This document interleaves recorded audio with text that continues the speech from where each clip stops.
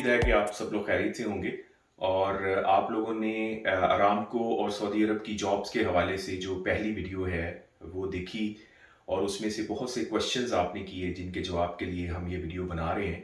और अगर आपने वो वीडियो नहीं देखी तो आप क्लिक करें, लिंक दिया हुआ है ऊपर उसको, और उस वीडियो को पहले वॉच करें। और इस वीडियो के बनाने का मकसद जो है वो तमाम दोस्त, वो तमाम लोग जो सऊदी अरब के अंदर जॉब करना चाहते हैं और उनके ज़हन में कुछ सवालात हैं जो उन्होंने कमेंट्स में हमें पूछे, और इसके अलावा वो तमाम चीज़ें जो उनके इल्म में आना ज़रूरी हैं इससे पहले कि वो सऊदी अरब की कोई भी जॉब ऑफ़र एक्सेप्ट करें। ये ज़रूरी है कि ये तमाम फैक्टर्स उनके इल्म में हों। तो वन बाय वन हम इन फैक्टर्स के बारे में बात करेंगे।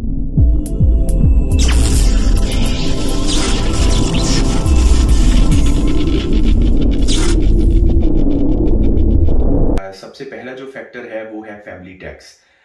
ये आप सब लोगों के इल्म में होना चाहिए कि सऊदी अरब ने रिसेंटली कुछ टैक्सेस लगाए हैं कि अगर आप अपनी फैमिली के किसी मेंबर को अपने साथ रखेंगे और वो आपका डिपेंडेंट हैं, जॉब नहीं कर रहे हैं, ऑब्वियसली बच्चे और आपकी वाइफ जो हैं, तो पर मेंबर जो है वो 400 रियाल पर मंथ चार्ज कर रहा है। अगर आपके 4 फैमिली मेंबर्स जो हैं वो आपके डिपेंडेंट हैं, आपके 4 बच्चे हैं या आपके 3 बच्चे या एक वाइफ हैं, तो 1600 रियाल पर मंथ आपको देना पड़ेगा।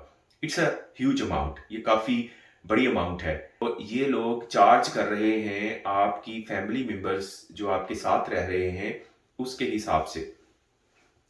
मेरा ख्याल है कि इसकी जो मेन वजह ये है कि सऊदी अरब जो है वो नहीं चाहता कि आप सऊदी अरब में अपनी फैमिली को लेकर आएँ। और अगर आप ऐसा करना चाहते हैं कि अपने फैमिली मेंबर्स को या अपनी फैमिली को अपने साथ रखना चाहते हैं तो फिर आपको पर मेंबर के हिसाब से 400 रियाल पर मंथ देना पड़ेगा सऊदी गवर्नमेंट को।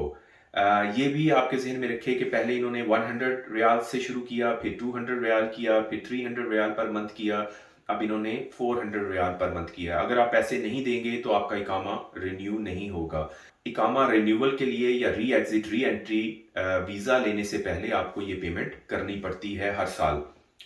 मैं ये समझता हूँ कि सऊदी अरब एक वाहिद इस्लामी मुल्क है या वाहिद मुल्क है पूरी दुनिया में जो फैमिली को अपने साथ रखने पर टैक्स मांग रहा है कि अगर आपकी वाइफ या आपके बच्चे आपके साथ रहेंगे तो आपको हमें टैक्स देना पड़ेगा। और ये याद रहे कि ये जो टैक्स है ये आपकी सैलरी के अंदर इंक्लूड नहीं है, ये आपका एम्प्लॉयर आपको नहीं दे रहा। ये जो टैक्स है ये आपका एम्प्लॉयर आपको नहीं दे रहा, ये आपको अपनी सैलरी में से ही पे करना है। और वो लोग जिनकी सैलरी कम है वो अपने जहन में रखें कि अगर वो अपनी फैमिली को या अपने बच्चों को अपने साथ रखना चाहते हैं तो उनको ये पैसे हर महीने देने पड़ेंगे।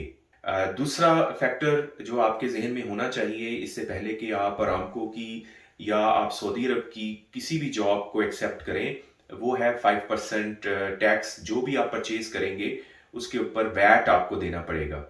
अब ये जो वैट है ये पहले नहीं था, अब इन्होंने 5% इसको ऐड कर दिया। कोई भी आप परचेज करें, आप गाड़ी खरीदते हैं, आप कपड़े खरीदते हैं, आप खाना खरीदते हैं, आपको हर परचेज के ऊपर 5% टैक्स देना पड़ेगा। तो ये भी आपके जहन में होना चाहिए कि पहले ये टैक्स नहीं था, अब आपको देना पड़ेगा। तीसरी जो अहम बात है वो है पोसेशन और ऑनरशिप के हवाले से। मलकियत का क्या तसव्वुर है या मलकियत के क्या रूल्स एंड रेगुलेशन है सऊदी अरब में, ये आपके लिए जानना ज़रूरी है। मलकियत के हवाले से पहली बात तो क्लियर है कि आप वहाँ कोई घर परचेज़ नहीं कर सकते, कोई बिज़नेस परचेज़ नहीं कर सकते। आप बिज़नेस कर सकते हैं लेकिन कफ़ील सिस्टम के अंडर कर सकते हैं। और गाड़ी जो है वो आप परचेज़ कर सकते हैं। पहले किसी ज़माने में आपको अलाउ नहीं था कि आप एक गाड़ी भी खरीद सके, एक्सपैट जो बाहर से आते हैं। फिर इन्होंने एक गाड़ी अलाउ की कि कम से कम एक गाड़ी आप खरीद सकते हैं। अब इस वक्त सिचुएशन ये है कि आप 2 गाड़ियां खरीद सकते हैं, 2 से ज़्यादा गाड़ियां आप नहीं खरीद सकते। ये आपके ज़हन में होना चाहिए। और दूसरी बात ये है कि रजिस्ट्रेशन की जो गाड़ी की रिन्यूअल की रजिस्ट्रेशन फ़ी है वो भी काफ़ी हद तक इन्होंने बढ़ा दी है।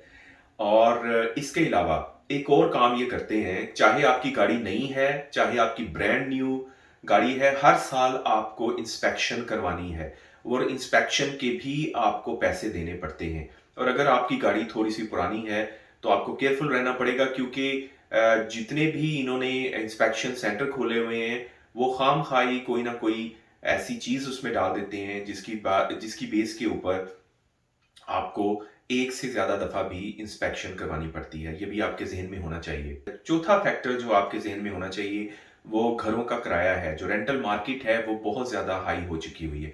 इसकी बहुत ज्यादा वजूहात हैं। तो एक जो वजह है वो ये है कि वहाँ के लोगों के लिए जो यूटिलिटीज बिल्स हैं, जो इलेक्ट्रिसिटी का बिल है, वाटर का बिल है, वो सारा बढ़ा दिया गया है। गवर्नमेंट ने उसको बढ़ा दिया है। उसका इम्पैक्ट भी रेंटल मार्केट पे पड़ा है। और दूसरा जो मेन फैक्टर है वो ये है कि सऊदी अरब के अंदर पेट्रोल जो है वो पानी से भी ज्यादा सस्ता है। आपके इल्म में ये भी होना चाहिए कि चंद साल पहले ये पेट्रोल पर लीटर जो है 35 हलाला या 45 हलाला हुआ करता था। अब ये पानी से भी महंगा है। जब गैस की प्राइसेस 35 हलाला हुआ करती थी उस वक्त वाटर बोतल जो है वो 1 रियाल हुआ करती थी, 1 रियाल हुआ करती थी। पांचवा जो फैक्टर है वो आपके जहन में होना चाहिए कि गैस की प्राइसेस जो हैं वो काफी हद तक बढ़ गई हैं। इसके अलावा जो फैक्टर है वो है लोगों का रवैया।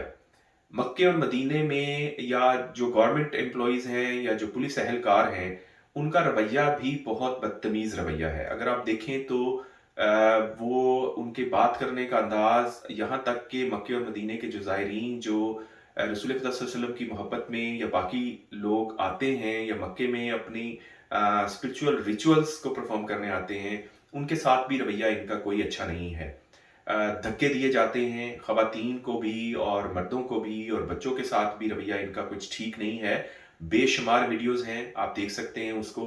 हर चीज को इन्होंने कारोबार बना दिया है। हालांकि मक्के के अंदर जो तवाफ करने के लिए भी इन्होंने इलेक्ट्रिक स्कूटर्स रखे हुए हैं, उनके ऊपर भी ये पैसा कमा रहे हैं। हर चीज, होटल्स की प्राइसेस के अंदर मोनोपोली है। और बाज दफा तो आप देखेंगे कि जो पीक सीजन है वहां पे अपने होटल की प्राइसेस को ये कई गुना ज्यादा कर देते हैं। मकसद है पैसा कमाना, इनका मकसद है इनका इनकी पॉलिसीज पे और कोई पूछने वाला नहीं है इनको, क्योंकि ये सारे के सारे लोग वही हैं जो गवर्नमेंट का हिस्सा है या जो इनकी गवर्नमेंट को चला रहे हैं। इसके अलावा इंटरनेट और सोशल मीडिया के हवाले से याद रखें कि बहुत ज़्यादा एप्लीकेशंस इन्होंने सऊदी अरब में बैन की हैं। इसका मेन मकसद ये है कि ये लोग आपको कंपेल करते हैं कि आप इनके सिम सिस्टम को या इनके जो कार्ड सिस्टम है उनको खरीदें, ताकि इनका वो प्रोडक्ट भी बिके। इसलिए इन्होंने जो फ्री एप्लीकेशंस हैं जैसे व्हाट्सअप है या बाकी जो एप्लीकेशंस हैं उनको बैन कर दिया हुआ है। और वीपीएन को भी इन्होंने इलीगल करार दे दिया कि आप वीपीएन यूज नहीं कर सकते। लेकिन वीपीएन जो है उसकी कई एप्लीकेशंस मिल जाती हैं जिसको ऑन करने से आप सोशल मीडिया के ऊपर आ सकते हैं डायरेक्टली। अगर आप किसी को सोशल मीडिया पे कॉल करें, व्हाट्सएप पे कॉल करें, तो उसकी कॉल नहीं मिलेगी, उसको पहले वीपीएन ऑन करना पड़ेगा। तो ये भी आपके जहन में होना चाहिए। और इंटरनेट के ऊपर भी बेशुमार वेबसाइट्स इन्होंने ब्लॉक कर रखी हैं। बहुत ज़्यादा मजहबी वेबसाइट्स और बहुत ज़्यादा रिलीजियस और पॉलिटिकल वेबसाइट्स भी इन्होंने बैन कर रखी हैं। इसके अलावा आपके जहन में ये भी होना चाहिए कि रिलीजियस इंटॉलरेंस भी एग्जिस्ट करती है।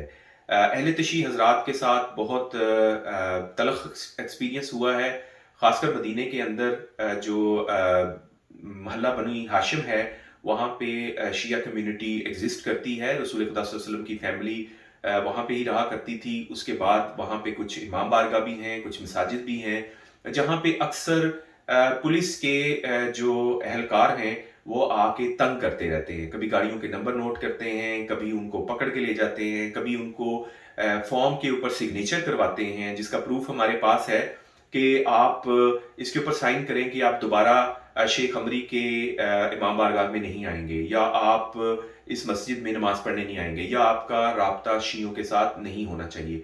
तो रिलीजियस इनटॉलरेंस भी बहुत ज़्यादा एग्जिस्ट करती है। इसके अलावा इनके जो अपने कतीफ के अंदर शिया हजरात हैं, वहाँ उनके जो कुछ लोग हमारे साथ काम किया करते थे वो बताते हैं कि वहाँ पे भी उनको तंग करने के बहुत ज़्यादा ये कोई ना कोई हरबा इस्तेमाल करते रहते हैं। तो इस हवाले से आपको ज़हनी तौर पे तैयार होना है कि अगर आपका ताल्लुक अहले तशी फिक से है तो आपको एहतियात करनी पड़ेगी बहुत ज़्यादा। और इस हवाले से आपको ये देखना होगा कि आपके ऊपर भी कोई इश्यू ना बन जाए। इसके अलावा दोस्तों एक जो अहम फैक्टर है वो है वीज़ा की फ़ीस का। और इसके अलावा अगर विज़िट वीज़ा पे आप किसी को बुलाते हैं या आप फैमिली के किसी मेंबर को अपने पास बुलाते हैं तो उसकी फ़ीस भी इन्होंने बहुत हाई कर दी हुई है। और जो नॉर्मल जो मल्टीपल वीज़ा हुआ करता था कभी, वो 300 रियाल का हुआ करता था पूरे साल का, अब उन्होंने उसको बढ़ा के थाउजेंड्स के अंदर ले आए हुए हैं। अगर आपको वही मल्टीपल वीज़ा चाहिए जो कभी आपको 300 रियाल में मिलता था, अब आपको 3000 रियाल में मिलेगा। उसकी प्राइसेस आप चेक कर लें, वो जगह जगह उन्होंने ऑफिस में लगाई हुई हैं।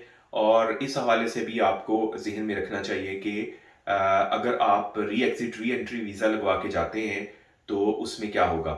एम्प्लॉई का जो इकामा फ़ी है वो ये खुद देता है एम्प्लॉयर, लेकिन जो फैमिलीज की इकामा फ़ी है या जो फैमिली के रहने के जो पैसे हैं वो सारे के सारे, जिसको हम फैमिली टैक्स कहते हैं, जो दुनिया में कहीं एग्जिस्ट नहीं करता, वो भी आपको खुद ही अपनी पॉकेट से देना पड़ता है। इसके अलावा दोस्तों आपको ये भी जानना ज़रूरी है कि मुख्तलिफ इंडस्ट्रीज़ को खोलने के लिए मुख्तलिफ काम भी इन्होंने किए।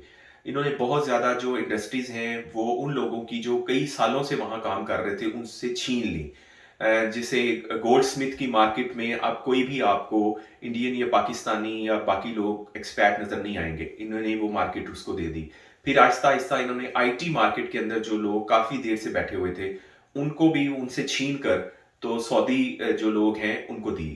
ज़ाहिरी बात है कि हर मुल्क अपने मुल्क के लोगों के लिए या उनके बेनिफिट्स के लिए मुख्तलिफ किस्म के सिस्टम डेवलप करता है, और ये सिस्टम सऊदी अरब ने डेवलप किए अपने मुल्क की प्रोग्रेस के लिए। इनका जो हर साल विजन बनता है या विजन चेंज करते हैं, जैसे 2020 है, 2030 है, उस विजन के अंदर ये लोग सऊदीजाइजेशन को प्रमोट करना चाहते हैं। ये चाहते हैं कि इनके अपने लोग कैपेबल हों, कॉम्पिटेंट हों और वो अपनी जॉब को संभालें, which make sense.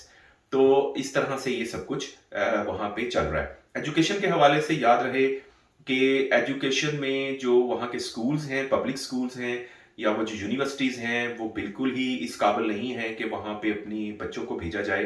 Private school हैं, बहुत एक्सपेंसिव हैं, वहाँ आप भेज सकते हैं।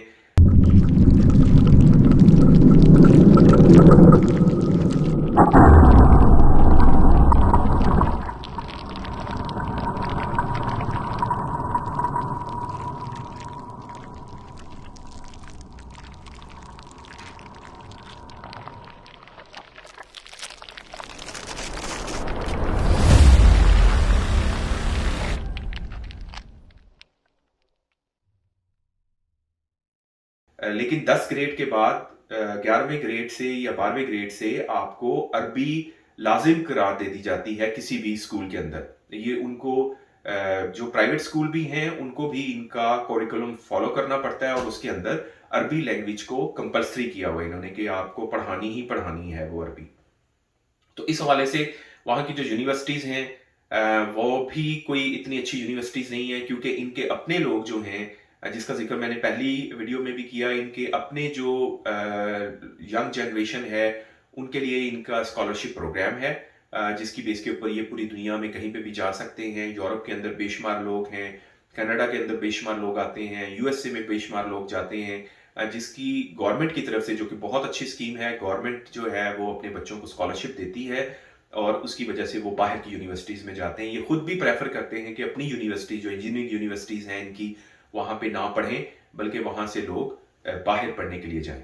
दोस्तों ये हैं कुछ ऐसे फैक्टर्स जिनका आपके इल्म में होना ज़रूरी है इससे पहले कि आप कोई भी जॉब एक्सेप्ट करें सऊदी अरब की। अपनी ऑफर लेटर को, उस सैलरी पैकेज को देखें और उसके बाद फिर कंपेयर करें इन अखराजात के साथ जिनका जिक्र मैंने इस वीडियो में किया है, ताकि आपको कोई सरप्राइज ना हो। इसके अलावा जो लोग वहाँ पे आज़ाद वीज़े पे जाते हैं उनके लिए भी बहुत ज़्यादा चैलेंजेस हैं। कोशिश करें कि जॉब लेके जाएं, सैलरी जो है वो डिमांड करें, अच्छी ऑफर लें, अपना मुआवजा जो है, आपका जो हक है उसको बेहतर तरीके से डिमांड करें और सैलरी को रिव्यू करें। जो सैलरी ऑफर की जा रही है उसके ऊपर आप डिबेट कर सकते हैं, उसके ऊपर आप डिस्कस कर सकते हैं, उसके ऊपर आप निगोशिएट कर सकते हैं, ये आपका हक है। दोस्तों याद रहिए कि किसी भी मुल्क के मसाइल जब उसके वसाइल से बढ़ जाते हैं तो इस तरह की सिचुएशन का सामना करना पड़ता है। पाकिस्तान की बदकिस्मती ये है कि पाकिस्तान को अभी तक करप्ट तरीन लोग मिले। ये वो लोग हैं जो अपनी ज़ात की खातिर और अपने ही जैसे लोगों की ज़ात की खातिर पूरे मुल्क को लूटते रहे और जहां जहां उनका बस चला वो आपके सामने है। गाड़ियां चोरी की इन्होंने, इन्होंने प्रॉपर्टीज बनाई, इन्होंने millions and billions of dollar Pakistan से लूट कर बाहर के ममालिक में जाके सेटल डाउन हो गए। ये हमारे मुल्क की बदकिस्मती है और ऐसी सिचुएशन में लोग जो हैं उनके पास और कोई ऑप्शन नहीं रहती माश के सिलसिले में अपना मुल्क छोड़कर दूसरे मुल्क में जाएं। याद रहे कि दियारे गैर में काम करना आसान नहीं है, ये बहुत ही टफ है, बहुत ज़्यादा चैलेंजिंग है और इसके अलावा लैंग्वेज बैरियर बहुत ज़्यादा है और इसके अलावा जो तासुब पाया जाता है मिडल ईस्ट में, उस तासुब को भी आपको कन्फ्रंट करना है। ये ज़हन में रखें कि इन तमाम चैलेंजेस का आपको सामना करना पड़ सकता है। दोस्तों याद रहे कि अरामको की जो जॉब्स हैं वो बेस्ट जॉब्स हैं उन लोगों के लिए जिनके पास कनाडा का पासपोर्ट है या जिनके पास अमेरिका का पासपोर्ट है या यूरोपियन पासपोर्ट है या ऑस्ट्रेलिया का पासपोर्ट है। उन लोगों को ये बहुत अच्छा पैकेज देते हैं। ये इस निज़ाम की बदकिस्मती है कि लोग पासपोर्ट को सैलरी देते हैं, लोग आपकी नॉलेज को, आपकी स्किल को पैसे नहीं देते। तो ये वो निज़ाम है जो इस वक्त एग्जिस्ट कर रहा है और इस निज़ाम के ऊपर कितने लोगों ने बात की है या कितने लोग इस निज़ाम को बदलने के लिए आवाज़ उठा सकते हैं। मेरा नहीं ख्याल कि कोई भी शख्स इस इशू को पब्लिक लेके आना चाह रहा है या सोशल मीडिया के ऊपर लेके आना चाह रहा है ताकि ये अवेयरनेस बढ़े कि ये सिस्टम जिसमें आप एक पासपोर्ट को तो सैलरी दे रहे हैं लेकिन स्किल को या नॉलेज को सैलरी नहीं दे रहे। मुझे याद है कि मेरे एक दोस्त कहा करते थे कि अनफॉर्चुनेटली लोग जो है वो परफॉर्मेंस बेस हायरिंग नहीं करते, वो लॉयल्टी बेस हायरिंग करते हैं। सऊदी अरब का निज़ाम भी ऐसा ही है। उन्हें भी पता है कि पाकिस्तानी जो लोग हैं वो टैलेंटेड हैं लेकिन वो पासपोर्ट होल्डर्स जो हैं उनको ज़्यादा पैसे देते हैं और जिनके पास पाकिस्तानी पासपोर्ट है या बांग्लादेश का पासपोर्ट है या जिनके पास श्रीलंका का या इंडिया का पासपोर्ट है उनके लिए सैलरी पैकेज डिफरेंट है। लेकिन यही लोग अगर माइग्रेशन ले लेते हैं, यूएसए का पासपोर्ट ले लेते हैं या कनाडा का पासपोर्ट ले लेते हैं और ये बहुत हैरानकुन बात है कि उन लोगों को अच्छी सैलरी दी जाती है। अच्छा दोस्तों बात करेंगे अब थोड़ी सी, एक सवाल आया कि जो कैनेडियन नेशनल हैं अगर वो यहाँ से जाते हैं तो उनको क्या क्या काम करने पड़ते हैं। अगर उनको अरामको की जॉब या सऊदी अरब में या मिडिल ईस्ट में किसी भी जॉब की ऑफर आती है तो याद रखें कि कनाडा का जो रूल है वो ये है कि अगर आप 183 डेज से कम किसी भी टैक्स ईयर में स्टे करते हैं तो आप वहाँ के नॉन रेजिडेंट्स हैं। या आपकी अगर जॉब हो जाती है और आपको यहाँ से कनाडा को छोड़ के जाना पड़ता है एंड मोर देन 183 डेज आप कनाडा से बाहर रहते हैं तो आपको नॉन रेजिडेंस डिक्लेयर करना पड़ेगा। अदरवाइज आपको फिर कनाडा से बाहर की भी इनकम और कनाडा के अंदर की भी इनकम को डिक्लेयर करना पड़ेगा। लेकिन अगर आप नॉन रेजिडेंस क्लेम कर देते हैं या आप नॉन रेजिडेंस फाइल कर देते हैं जिसको NR-73 और सम फॉर्म है, आप चेक कर लीजिएगा कनाडा रेवेन्यू की वेबसाइट पे, वहां पे उस फॉर्म को फिल करना जरूरी है। उस सूरत में सिर्फ आपको कनाडा का जो इनकम सोर्स है उसी के ऊपर ही टैक्स देना पड़ेगा। यानी कि अगर आपको कोई घर है जो आपने किराए पे दिया हुआ है या आपने कहीं इन्वेस्टमेंट किया हुआ है तो सिर्फ उसी की ही इनकम के ऊपर आपको टैक्स देना पड़ेगा। ऑब्वियसली उसकी टैक्स ब्रैकेट जो है वो डिफरेंट है। 25% आपको हर महीने ग्रॉस इनकम के ऊपर टैक्स देना पड़ता है। अगर आप नॉन रेजिडेंट हैं तो फिर आपको कनाडा से बाहर की जो इनकम है वो डिक्लेयर करने की जरूरत नहीं है क्योंकि आप नॉन रेजिडेंट हैं। लेकिन उसके साथ साथ आप कनाडा की कुछ फैसिलिटीज को एंजॉय कर रहे हैं, वो सेक्रीफाइस करनी पड़ती है। जैसे कि आपको मेडिकल सिस्टम छोड़ना पड़ता है, आपको अपना लाइसेंस सरेंडर करना पड़ता है, आप एक क्रेडिट कार्ड से ज्यादा क्रेडिट कार्ड नहीं रख सकते, एक बैंक अकाउंट से ज्यादा बैंक नहीं रख सकते। इस तरह की चीजें हैं। लेकिन डिटेल के लिए काइंडली आप किसी अकाउंटेंट से रब्ता करें या कनाडा रेवेन्यू की वेबसाइट पे आप देख सकते हैं। लेकिन बेहतर यही है कि अगर आपको जॉब की ऑफर होती है तो आप नॉन रेजिडेंट फॉर्म फाइल करें ताकि आप इन तमाम चीज़ों से बच सकें। दोस्तों, उम्मीद है कि आपको ये छोटी सी एफर्ट जो है वो पसंद आई होगी। आपके सवालों को एड्रेस करना ज़रूरी था क्योंकि आपके कमेंट्स थे उसमें। आपने पहली वीडियो को बहुत लाइक किया, बहुत शुक्रिया। बहुत से लोगों ने यूएसए से, कनाडा से और पाकिस्तान से रब्ता किया। उनके ज़हन में अरामको की जॉब्स के हवाले से जो क्वेश्चन थे, मैंने कोशिश की कि उनको एड्रेस करूं। और बहुत अच्छी बात है कि बहुत से दोस्तों को अरामको की जॉब की भी ऑफ़र आई है। अल्लाह का शुक्र है, अल्हम्दुलिल्लाह। ये बहुत अच्छी जॉब है। अगर आप करना चाहते हैं तो इसमें ढेर सारी सेविंग्स हैं। और आप पहली वीडियो जो है उसका लिंक जो है वो मैंने वीडियो के शुरू में दिया है, उसको ज़रूर देखिएगा। उसके अंदर बहुत सी चीज़ें हैं, वहाँ के वर्किंग एनवायरनमेंट के हवाले से, हाउसिंग के हवाले से, फैसिलिटीज़ के हवाले से मैंने काफ़ी चीज़ें डिटेल से डिस्कस की हैं। आपका कोई भी कमेंट है किसी भी हवाले से जो आपके ज़हन में क्वेश्चन आता है, आप कमेंट में इनबॉक्स में ज़रूर लिखें, ताकि हम अगर देखें कि अगर उसको हमने एड्रेस नहीं किया तो उसके ऊपर एक अलग से एक वीडियो बना सकते हैं। अपना ख्याल रखिएगा। बहुत शुक्रिया। अस्सलाम वालेकुम।